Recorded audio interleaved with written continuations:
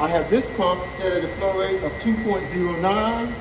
This flow rate is set at 2.02. And when it was too low and you extracted it, you came over here and adjusted something, and then it hasn't changed since this I changed adjustment. it. Remember, it was too high. Right. So I went up to a high flow rate, which was 65%, which gave me 4 liters a minute, Okay. to bring my level down quickly. Then once I got into a general area where I wanted to lock it in, then I changed, because 20% would give me 2 liters per minute. Right. So since I'm already at 2 liters there, I just made this 20% at the extraction pump to give me 2 liters here. And you haven't changed it since. And I'm not going to, no sir. You put it in 20%. Yep. If you notice, it's hanging steady. Yep. So right now, if you feel this, yeah, I'm starting to get hot. So once it starts squealing, we'll go to the next step, but that way you know what that statement is saying is true. So it's not squealing, but you want to move on? Are you okay? I'm okay. Apply back pressure. So the next step, step 14, apply back pressure to the system using back pressure valve number 2 or BPV number 2. That's this one. Go ahead. Maintain a back pressure of 60 to 70 psi or 4 bar to 4.9 Now, bar. you're going to read your back pressure, ladies and gentlemen, at pressure sensor number 2. Pressure sensor number 2. So right now I'm at 14. I'm adding back pressure. 15, 16, 17, 8. Anytime you make an adjustment, stop. Let the system catch up to you. 41, 46, 49, 50, 55, 57. See, I'm letting it catch up to me.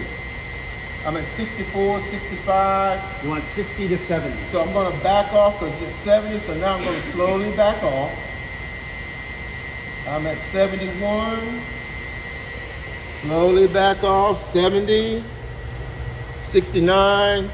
Okay, I'm going to leave it right there. And it says, view this pressure reading on the pressure number 2 display, which is what you would do. Exactly. Where were you reading? Right here. Oh, right here. Okay. Yeah, P2 gotcha. display. Okay. Step 15. Yes. After the preheat temperature has stabilized, turn on the final heater on the control screen Here? and enter 100% in the manual mode. I've turned it on.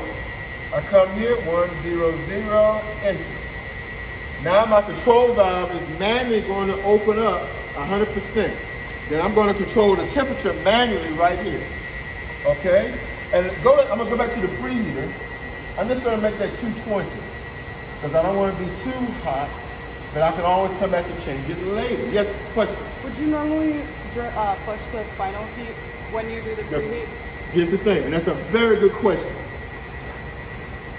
This is only for indirect. Oh, okay. These field drain valves for the final heaters. Huh? Yeah, See what? because it's a steam. Okay, yeah. They both use steam, but see, here's the thing. When you change this, when you change this valve here, this redirects the heat or the steam to the steam injector. When you go indirect, it redirects the steam to the heat exchanger. Now, yes, you need those. So that's why at the very beginning, the first step is Exactly.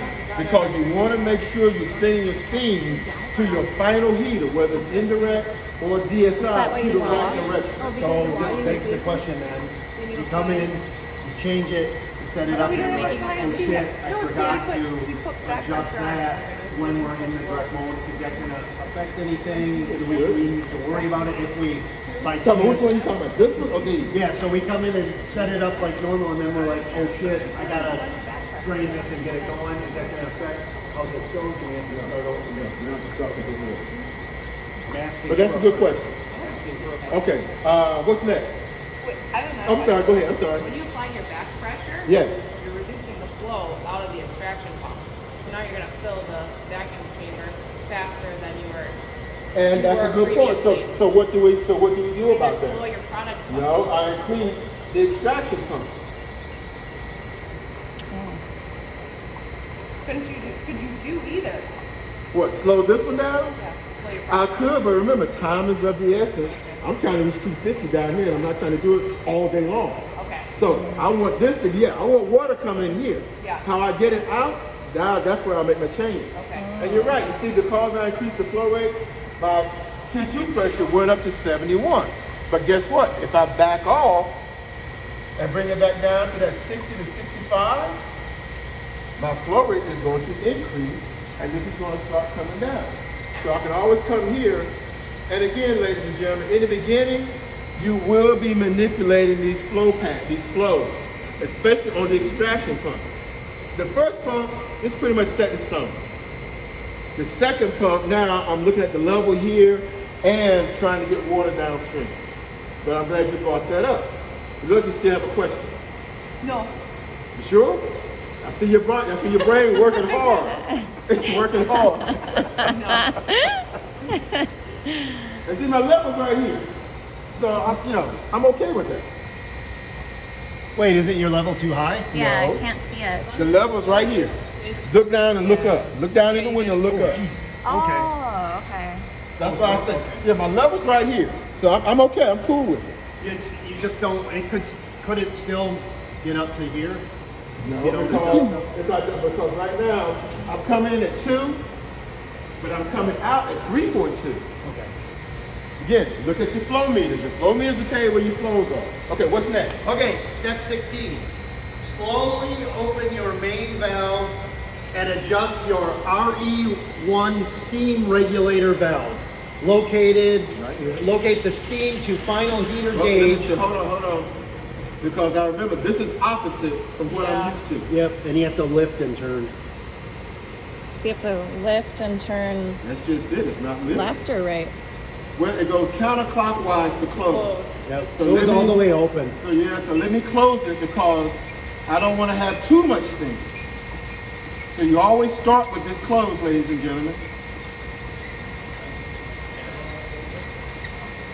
See how my level's coming down in the vacuum chamber?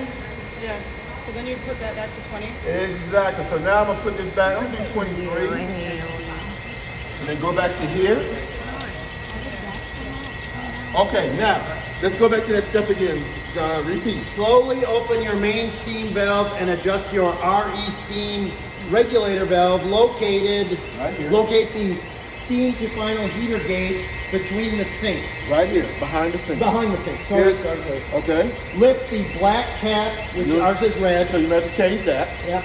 On the RE1 and rotate counterclockwise slowly until you begin to see the needle on the gauge move. Okay, now watch this. Watch this needle right here. So I'm gonna do this. I'm gonna add steam. Keep going, keep going, keep going. Keep going. See it moving?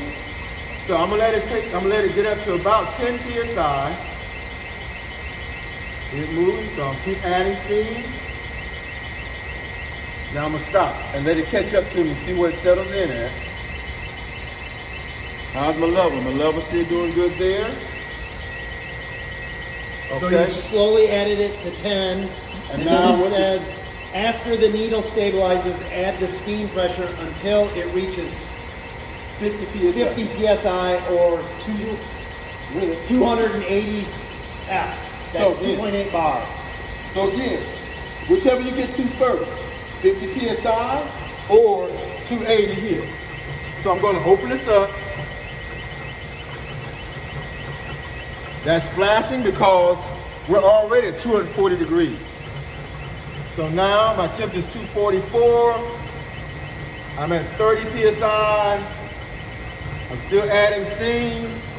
My goal is 50 psi or 280 to 282. Oh, I forgot to close these. Did we miss that step? Oh no, that's the next step. Yeah. Oh, okay. Well, no, the other thing that we forgot to do is open this. Well, it's open now. Oh. But the next step after that should be to close those. And then it said, well, so this is still part 16. Right. Observe the water entering the vacuum chamber through the feed tube by viewing through the top sight glass. And you see how it's looking like it's coming out like a fire hose. But again, keep going, keep When the reading. water starts to flush, think we close missed- both green handle valves. There we go, right And here. the isolation valve located behind the vacuum chamber. Right here. Isolation valve should be sterilized. These should be closed. Now I'm starting to generate pressure. Oh, I got a leak right here. Look at this. I need a crescent wrench. A big crescent wrench. A 51. This might be big enough. How does this start leaking?